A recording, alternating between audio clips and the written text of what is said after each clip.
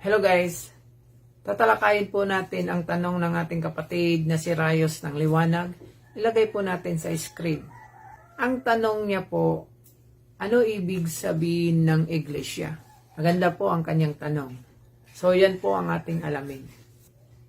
Ang ibig sabihin po ng iglesia ay mga tao ng Diyos. Yan po ang ibig sabihin ng iglesia. So ngayon, ibis po natin sa Biblia.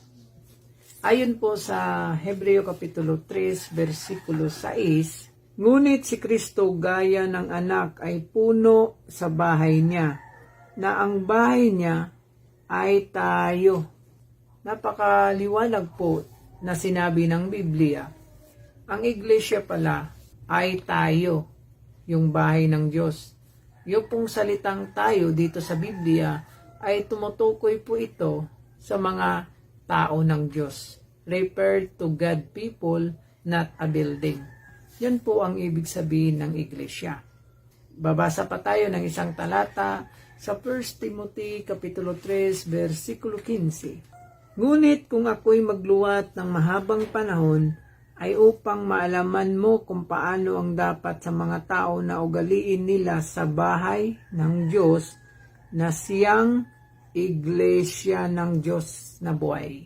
Confirm po na ang bahay niya yung iglesia.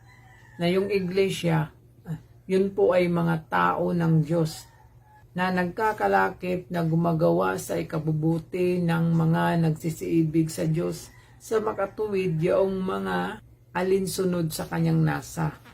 God's people po yun, mga tao ng Diyos. Yun po ang ibig sabihin ng iglesia. Kasi po yung iglesia, ye are bought with a price. Binili po yan sa halaga. Yun po ang iglesia. Na yung iglesia na yun po yung ililigtas ng ating Panginoong Hesukristo. Babasahin po natin sa Episo Kapitulo 5, versikulo 23. Sapagkat ang lalaki ay pangulo ng kanyang asawa, gaya naman ni Kristo na pangulo ng iglesia, na siya rin ang tagapagligtas ng katawan. Sabi po sa talata, na siya rin ang tagapagligtas ng katawan. Ibig sabihin, mayroon po siyang ililigtas na katawan. Alamin po natin sa Biblia, alin yung katawan na ililigtas ng ating Panginoong Hesukristo. Babasa po tayo sa Colosas 1:18. At siya ang ulo ng katawan sa makatuwid bagay ng iglesia. Napakaliwanag po na yung palang katawan na ililigtas ng ating Panginoong Hesukristo, yan po ay iglesia.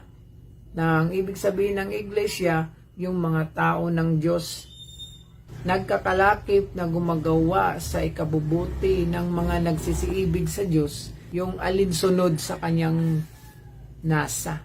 Yun ay mga God's people, mga tao ng Diyos yun. Yun ang ililigtas niya. Aagawin niya sa alapaap yun. 1 Thessalonica Kapitulo 4, versikulo 15 hanggang sa 17. Yung iglesia na yun, ye are bought with a price. Ibinili yun sa halaga. Ibinili sa kanyang sariling dugo. Yun nga yung nasulat sa mga gawa, Kapitulo 20, versikulo 28. No? Na ibinili niya sa Diyos. Revelation, Kapitulo 5, versikulo 9. Yan po ang aking sagot sa iyo, kapatid, na Rayos ng Liwanag. Ang ibig sabihin ng iglesia ay yung mga tao ng Diyos.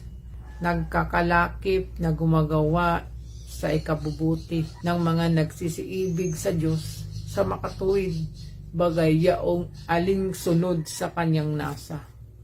Yan po ang definition ng iglesia.